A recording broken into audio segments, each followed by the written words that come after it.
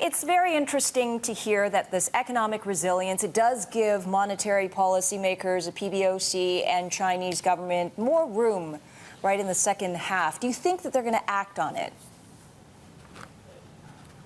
Well, yeah, I do think that what we've seen today with the numbers itself has really helped with the conditions in China. And, you know, in July, we're expecting things to actually show a little bit of a slowdown. And indeed, situation had been the case, but our performance in August itself had really, this PMI number that we have seen thus far had really been something that outperformed. And I think really it's about the relativity to expectations, and with what we've seen at this current moment, I think you can keep the Chinese government going on with what they've been doing with regards to the reforms, and I do think that the situation does support that at the moment, Sherry.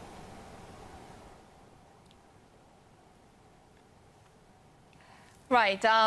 Let's talk a little bit about the Chinese offshore yuan. We have seen significant strength here. We're expecting it to actually get a little bit more momentum given the better than expected PMI numbers. Today, because of the broader dollar story, we are seeing a little bit of pressure. But given that the Party Congress is coming up, are we expecting more strength for the Chinese offshore yuan? I mean, we continue to see it act as a safe haven.